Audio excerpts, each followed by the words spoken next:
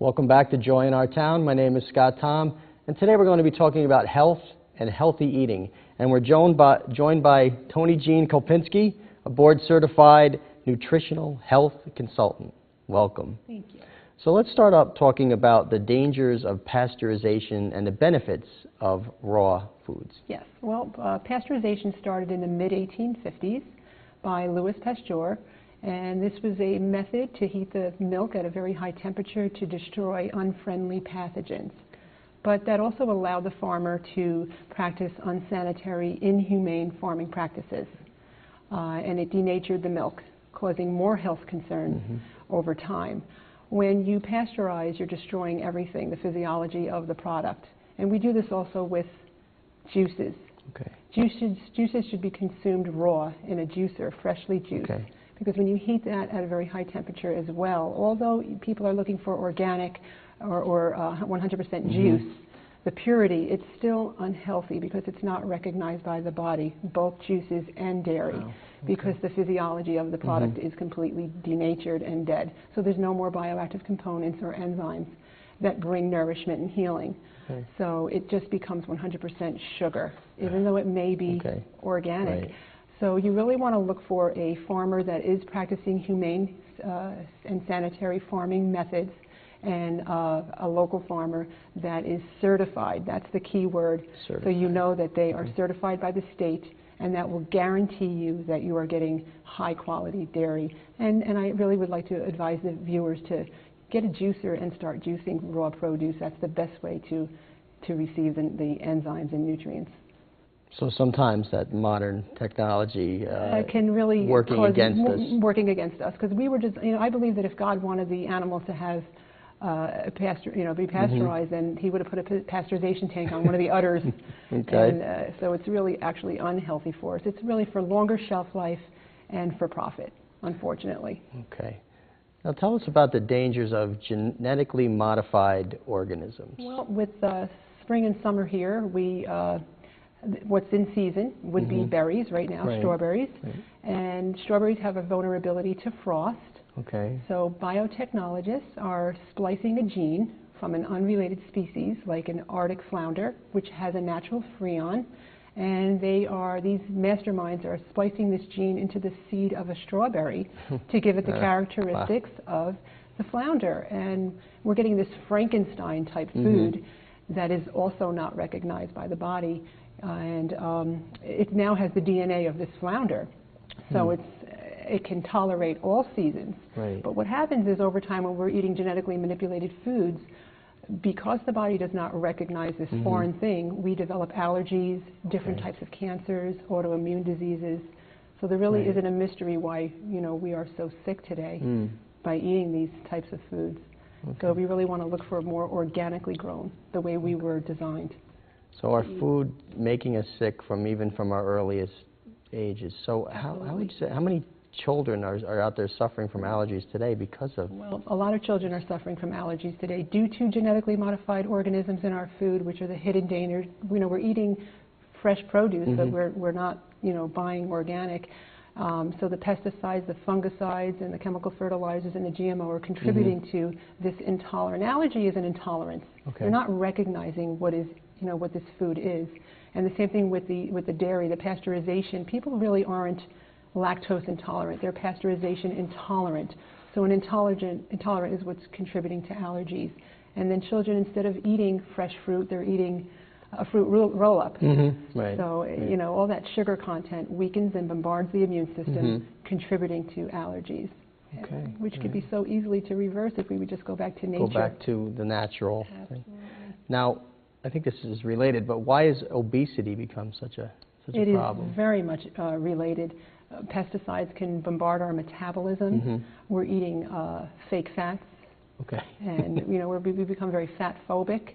And a lot of times the dietary snacks, or the so-called healthy snacks, contain a lot of high fructose corn syrup, which can cause a fatty liver and can also cause fat to be stored in our bodies because we're not using it as energy. It's not a food that we can transform into energy.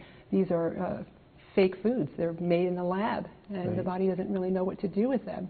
And then we're not getting outside enough. We're spending too much time on the cell phone and with electronics and computers. We were designed to exercise and move, and if we stay sedentary, we're not going to burn off the excess. Okay. Now, when we talk about fats, now what about a reduced fat diet and how it affects bone loss? Well, a reduced fat diet, being so fat phobic in this nation, is contributing to the bone crisis. Okay. We actually need enough saturated fat, which we're calling saturated fat the villain, but it isn't. It's the good fat. It's a medium chain fatty acid that is temporarily stored in the liver and then converted into energy. Okay. And it also nourishes the brain. But what happens is when we don't eat enough fat, we cannot effectively absorb calcium into our skeletal structure and our teeth, and so this is why we have a lot of dental problems today and a lot of bone loss. Bone loss can start as early as your teens. Wow. And it really, we're suffering today because of the reduced fat diets. We have to eat food in the form they were created, which is whole milk or, you know, with the fat. There's no bad fat that comes from nature. The only bad fats are the man-made fats, and those are the margarines that are sitting in those big tubs that are promoted as health foods that we want to completely avoid at all costs. Those are hydrogenated oils and very, very detrimental to our health. Now, you were talking a little bit before about getting outside. Yes. Now, what are some of the myths and the truths about the sun? Okay. Well, first of all, I believe the sun has never caused cancer on our skin. Okay. It's, once again, sun protection starts from within. A diet high in antioxidants, which is the foods that I'm mentioning. When you block the sun from your skin, we lose our ability to convert the ultraviolet rays into vitamin D. So this is another deficiency that we're dealing with today from avoiding the sun. The sun's been around for centuries, so it's really, we're being indoctrinated with information that's false. And a loving God would not put a sun above his people if he felt that it was going to destroy us. The sun is the basis of all life. It gives everything life and warmth and light, and without it we would die. So avoiding it completely can actually be more harmful than doing us any good. Sunscreen can actually, you know, get deeply penetrated into the skin, causing a lot of other health issues with our organs and whatnot. So we really want to get out in the sun, but eat a high antioxidant, organic diet, and you will be protected from burning. If you eat a toxic diet, I guarantee you will burn. Okay. Now, we're talking about getting back to the natural things, but what would be a safe source of water, and how much water should we be drinking every day? Excellent question. Water is the basis of all life as well. It gives everything life, plants, animals, and people, and our soil. I believe that water is only of two parts. We need to go back to simplicity when it comes to water. A lot of people are drinking alkaline water today, which can be very dangerous because our bodies need to be both acid and alkaline balanced. If we become too much alkaline, it leaves us more susceptible to different types of diseases. So water should be of hydrogen and oxygen and from a spring. The viewers can go on to findaspring.com and put their zip code in the search engine, and they'll be able to find a local spring in their area. Now that's the best way to go. The second best would be purified water to remove chlorine and fluoride, which are neurotoxins from their water. And the amount of water we should consume, it sounds like a lot, but I would say a ½ ounce of water to every 1 pound that you weigh. Okay.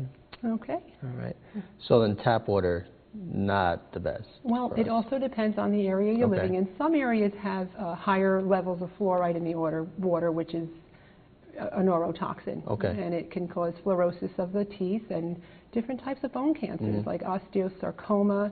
So you really want to, a reverse osmosis is really the only route to remove chlorine from the fluoride from the water. For chlorine, you could use a regular water filter just by going to a local home improvement department and pick one of those up. All right. Now, what about the packaging of our foods? What are some misconceptions? You see the words all the natural and the way the food is packaged. It can be very deceiving. I believe it's just getting the consumer to purchase something, spending more money on an item that really is of no value. Unfortunately, a lot of boxed and prepackaged foods contain the words all natural. Yes, something in there may have come from nature at one time, but how many times was it altered before it reached your dinner table? Yes. So we really would like to, read ingredients, but you want to look for products that don't contain a lot of ingredients that you cannot read. Right. Stuff that you're going to recognize, that you can understand what it says. All natural can mean, for example, a chicken that's been genetically modified. It's natural, but you really want to look for something that's as close to nature as possible, and that is non-GMO. All right. Now, what are some basics to improve our mental and physical health through what we eat? Yes, absolutely. First of all, I believe the foods we eat transform the mind, and the mind transforms the body. So we want to eat foods that contain healthy fats, like coconut oil.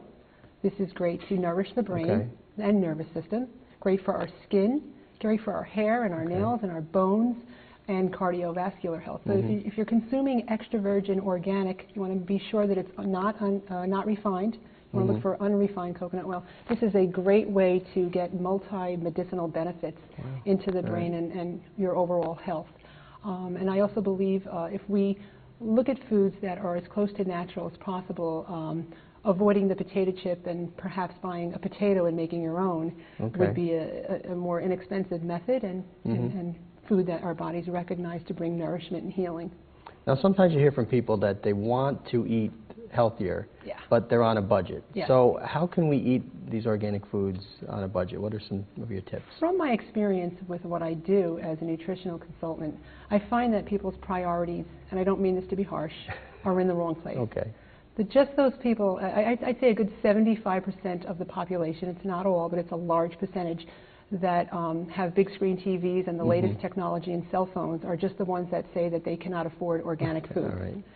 But I believe that they can, and I personally have been in financial situations where I found a way.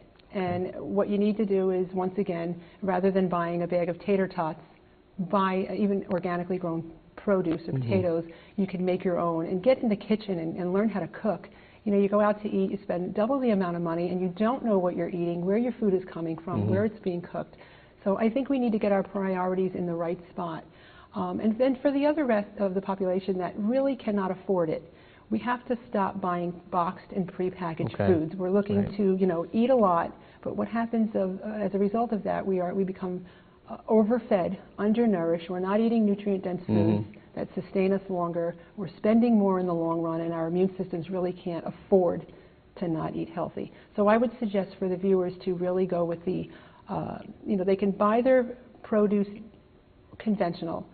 Definitely stay away from genetically modified at all costs. But meat and dairy can be the most toxic, so that's where they can save and buy from a farm. But they can really save on buying more fresh produce rather than the prepackaged and boxed poisons. Well, thank you. You've provided wonderful information so we can improve our health. This has been a pleasure. You're welcome. Thank you for watching Joy in Our Town, and we'll see you next time.